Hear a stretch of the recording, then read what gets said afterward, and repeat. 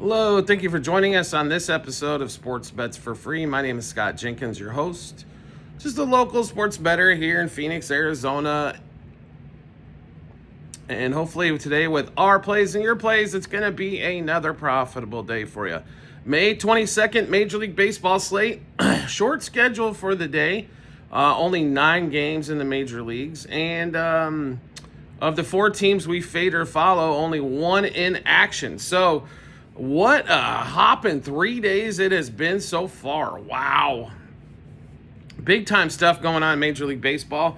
Dodgers got a comeback win and then got to Burns on a 3-run homer. They basically didn't have hardly any hits. And Teoscar Hernandez saves the day for them. And amazingly enough, their bullpen didn't give up anything in that one there. There was some amazing games all over the place. Angels played well again. So they're hot at the moment. Cubs got a win, but everybody was pissed because they only scored 2 runs. In that one, Kyle Tucker with the big game. You know, everybody mad at PCA or Pete Crow Armstrong because he had 2 out of the last 3 days, went 0 for, which I understand. I'm mad at Craig Counsell. So if we can start at this rant right now, I would love to. So Ian Happ comes back, second day back in. He goes 1 for 6 on Tuesday's game. And the one hit was off the shortstop who was pitching in the 9th inning. Otherwise, he was 0 for 5 with 3 strikeouts. He goes 0 for on Wednesday's game. And then they move Pete Crow Armstrong again in the lineup to the 4-hole. Can we quit messing with Pete Crow Armstrong? Why don't we mess with Ian Happ? Why don't we mess with that guy? A guy that never is going to hit over 270. He's never going to drive in over 20, belt more than 20 homers. He's never going to OPS for 800 for a season. And his defense is average. Where Pete Crow Armstrong is going to hit over 30 home runs. He's going to steal probably 40-plus bases. Elite defense. And he does a lot of things right. Why do we not mess with him? And he's younger. And he's on a rookie deal still. Why don't we mess with Ian Happ? Craig Counsell is David Ross reincarnated, except at $6 million more a year. It's absolutely disgusting to see what they're trying. Why not just ruin another young one, guys? I don't understand it. Mr. Ricketts, do me a favor. Call him and tell him to put PC at the top of the lineup. Tell him to leave him there. Let the kid do what he does. I just don't get it. What this fascination is with Ian Happ leading off. It was the same thing Ross did. It did not matter if Ian Happ was 0 for 40. He was still penciled in as the leadoff hitter the next day. The bottom of the lineup was actually producing stuff in this game. So having somebody at the top of the lineup when it turns over, you had base runners every damn time. Craig Counsell, I know you're smarter than this, but ever since you left the Brewers, you've turned into, you don't use your head at all. It's absolutely insanity. Absolute insanity on what's going on there. But I guess I digress from the Cubs. By the way, congratulations to the Royals, even though you got all those runs off of Logan Webb for seriously. You couldn't hit anything off of Birdsong on Tuesday, but Wednesday in a day game, you can put up 6+ runs off of Logan Webb, one of the best pitchers at home. Really? Can somebody please explain that offense to me? Somebody? I mean, did they actually explode? Probably not. It was more of probably a bad pitching performance, so I guess we should be mad at Logan Webb. But anyway, god-awful stuff there. Couple of bonehead games. Couple of good ones. Padres, what a laugher. They got beat by 2 touchdowns. That was hilarious. Had a good pitching matchup with DeGrom and Ryan Yarbrough, as we kind of predicted. Phillies got another win. The shocker. They go for the sweep on Thursday. Like I said, Angels got a win. Brewers, we had that game pegged as an under until it went to extras, and then we got hosed with that and the Orioles. But congrats to the O's. They finally got a win. Guardians and Braves got rained out. And the Nationals, so they're going to go at it again here on this Thursday. But we'll get started. Like I said, there's 9 games. We've got 1 game, but we're going to give you plays throughout the lineup. If you're new to our show, first of all, welcome. We'd love to have you along, checking us out. Secondly, like I said, we do fade or follow 4 teams, and those are the games we will play in: Dodgers, Royals, Orioles, Cubs.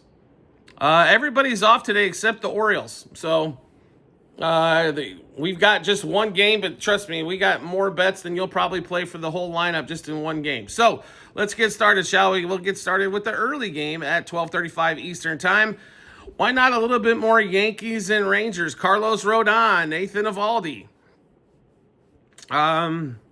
What's to be said here? I don't know. Rodon and the Yanks are $1.50 favorite. Total's at 7.5. I don't know if I want to play that 7.5 there, but the Rangers, man, they just struggle so much without Seager in the lineup. I mean, when did Marcus Semien become a dog shit hitter? I mean, that all of a sudden happened over the last year? I mean, Wyatt Langford we think is going to be a stud long term. Evan Carter we hope gets back to form. But all of a sudden, this team that was loaded offensively, and we think Young's a great player as well. He's just got to stay healthy. But, I mean, all of a sudden, this offense doesn't look like it can do anything here. So, slightly to the Yankees here, and that's praying that Rodon actually can not blow up. They're $1.50 favorite, money line front 5, money line for the game, and just pray, hope and pray, I guess is what you're hoping, that Rodon doesn't necessarily pitch a masterpiece, but doesn't allow 6 runs in 3 innings. Next game up. Let's see, what are we? 108 or 107 Eastern Time. Padres in their high-flying offense that's been averaging, 3/4 of a run over the last 7 games. Against the Blue Jays.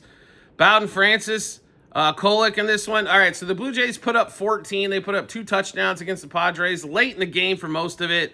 There was no early scoring in that game for the most part, right? So they got 12 runs late of that 14. The Padres can't score. The Blue Jays they don't score a ton either. And the total in this game is 9. Here's why. Bowden Francis does lead the majors in most home runs given up. And Kolek, he's pitched all right, but this game is so simple, folks. Do not play a side here. There's no reason to play one, right? This game's basically a toss-up. Why would you ever want to play the Padres right now until they get a win on the board? The total's at 9, under 4.5 front 5, under 9 for the game. And just leave it at that. 2 simple bets that should cash without even breaking a sweat. Next game up, 3:10 Eastern Time, Rockies and the Rangers. Rangers Suarez versus Herman Marquez. All right. Little day action there in Colorado as the game's like at 1 o'clock local time. Oh, well, it is Herman Marquez Day. That's why Rangers Suarez and the Phillies are a $2.90 favorite. I'm surprised they're not a $3.50 favorite, to be really honest. Probably favorite money line play on here if you're ignoring juice, which it seems like every parlay in the better will be. Phillies are probably a guaranteed win there. I'll make a little suggestion here, though, and I've heard this. Obviously, we get a lot of people that watch our episodes. We get a ton of people on the lives. We've got a bunch of people in the Discord. Baseball is the amount of things that can happen on a daily basis, obviously, is crazy. Because these guys play 162 games in 180 days, and there's injuries and hangnails. And by the way, players are human, right? Let's also keep that in mind. Like whoever sent the death threats to the McCullers because they probably lost their parlay a couple games ago when he gave up 7 in the first, just stop, all right? If you're betting too much, then don't bet it. Lower the amount. Don't play it. But you're going to take losses in baseball. So why would you want to make it harder by adding legs? That's why normally, like a straight wager player is not looking to take a $2.90 favorite here, right? How can we cut this juice down? How do we have to do this? So that's what you're basically looking at here in this particular spot. I understand parlays are fun. It's always nice buying a lottery ticket that's $5 that can pay $500 or $1,000 or so, right? But that's not how this works. If you went and played scratchers, right, for $5, and you bet $5, you got $5 scratcher, would you be screaming up and down you didn't win? Or you just be like, well, no one wins at the lottery anyway, right? That's the same thing you're thinking here. So do yourself a favor here. Figure out a way to make some straight wagers along the way as well to cover the losses from a parlay. That way, guess what? Maybe you can make a little bit of money. Just something to keep in mind. I'm not saying parlays aren't fun, but if you're going to do it, let's say your daily budget is $50 a day. Maybe the parlay should be $5 of it, and the other $45 should be spent on straight wagers. I understand you can't build a bankroll overnight, but you can actually be successful in this thing long term and get the bankroll dollars up, therefore turning it around and getting your overall money up, right? So that way you can make larger plays where it's a more significant increase. Anyway, Phillies, like I said, minus 1.5 front 5 here. Phillies minus 2.5 for the game. You can play Phillies for 6 runs plus or 7 runs plus, even in this one, as Herman Marquez has given up everything under God's green earth wherever he's pitched so far this year. Next game up, 3:35 Eastern time. A's, Angels. Tyler Anderson, who pitched really well last time out. The left-hander going against Severino for the A's. Once again, the Angels are plus 130-ish or plus 150, ride the streak out like we did with the Twins there. It was very profitable for a lot of days in a row. Take the plus money here. A's plus money line front 5. A's money line for the game. Get plus money both ways. And like I said, until the Angels lose, got to keep rolling with it here. Next game up, 6:40 Eastern time as we get into the night games. Brouhahas and the Pirates. No starter announced yet for the Brouhahas. Is that what we're seeing? Yeah, and Burrows for the Pirates. Total is at 9 for two teams that have a hard time scoring. Under 4.5 front 5, under 9 for the game. I can't believe some of these games are at 9 with some of these offenses. I understand the starting pitcher has a lot to do with it, but wow. Okay. And now we get into the next game. We've got Guardians, Tigers in Detroit, 6:40 Eastern time. Bibby versus Jack Flaherty. This is not Jack Flaherty from the second half of last year that held up the Dodgers rotation. This is a different Jack Flaherty. He has not pitched as well here. Tigers actually lose, I think they lose 2 out of 3 to the Cardinals. In that series, they win the game with Skubal and barely. Bibby here, he's not too bad. I mean, he's not somebody that's going to be like, oh, Bibby's going to win the Cy Young. No, he's not that good. But the Guardians are plus money here, and Flaherty has struggled. Plus a half a run front 5 for the Guards. Also, if you want to play plus 1.5 for the game as well, definitely worth a play there. Next game up, 6:45 Eastern time. Once again, we get the Smith Shower. And if I mispronounce these guys, I apologize. I had somebody tell me I mispronounced it. And they weren't being mean about it, but I'm a hick from the Midwest. I'm lucky I can pronounce my own name. Trevor Williams here. This one's easy, twice all on Sunday.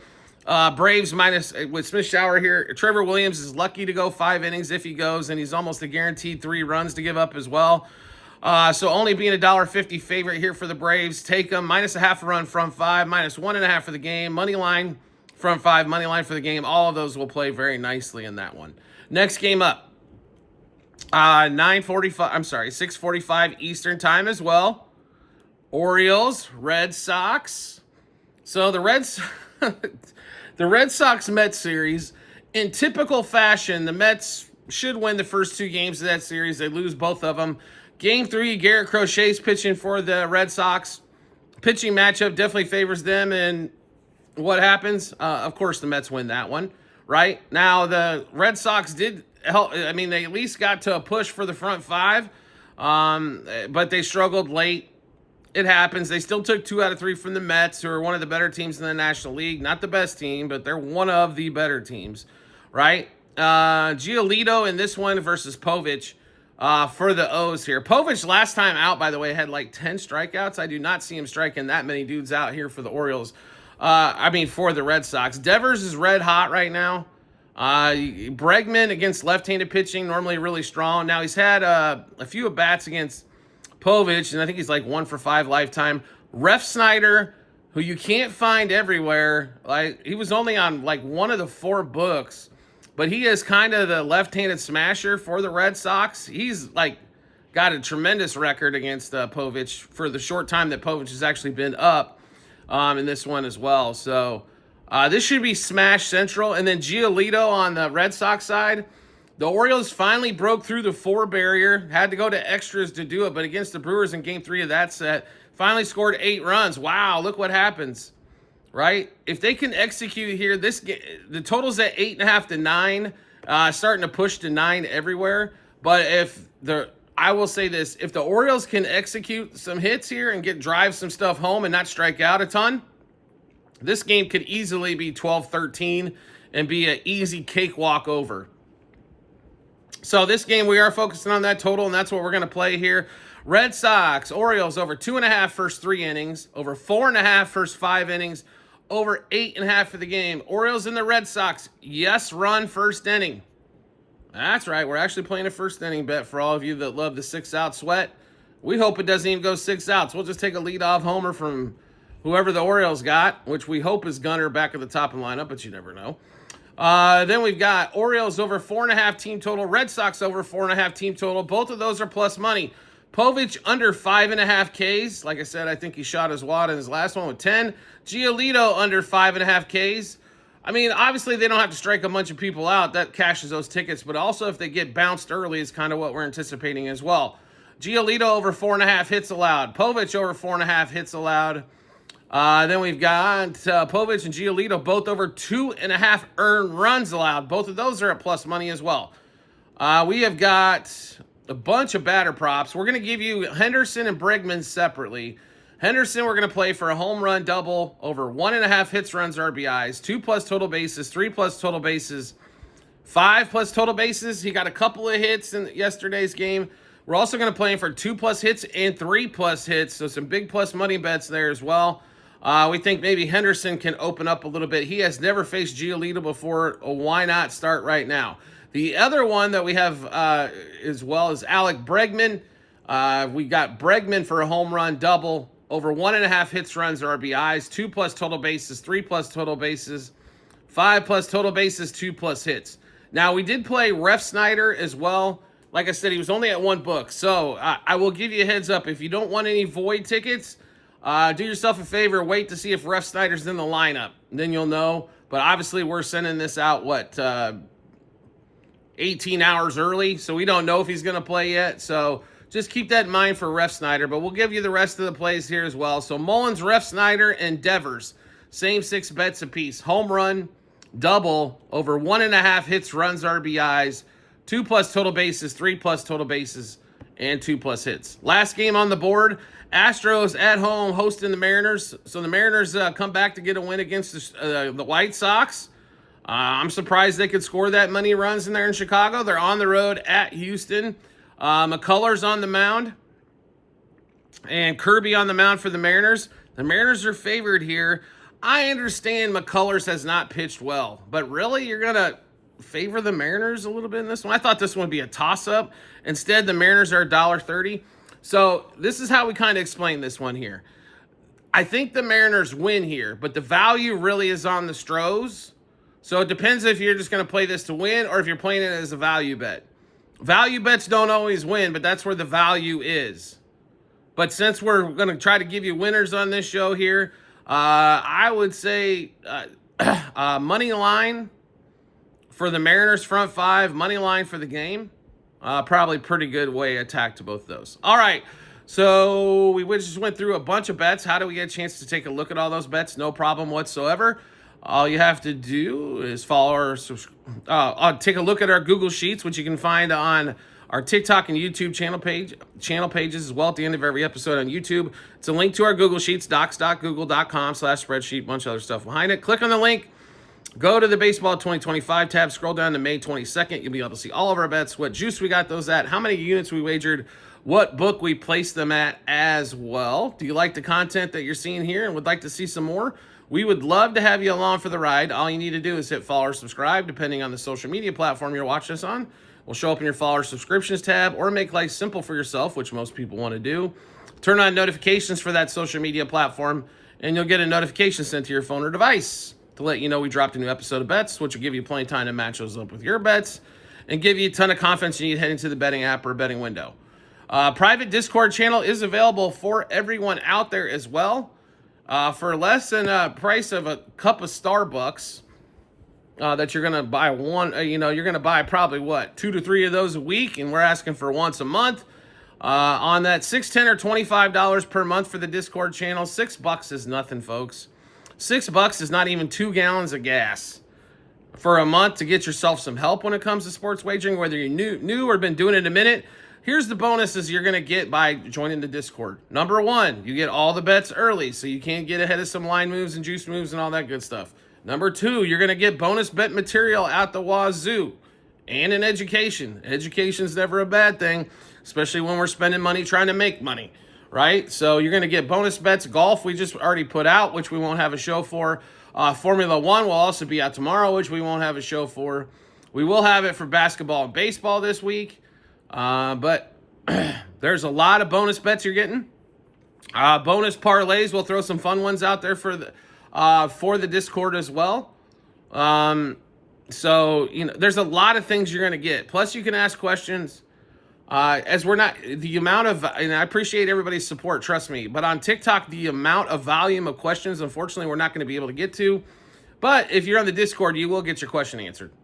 I can't guarantee that through some of the other venues that we're on. So there's your benefits of the Discord. Subscribe to us through TikTok at Sports Bets for free. Once you do, we will send you the invite over the Discord and get you all hooked up.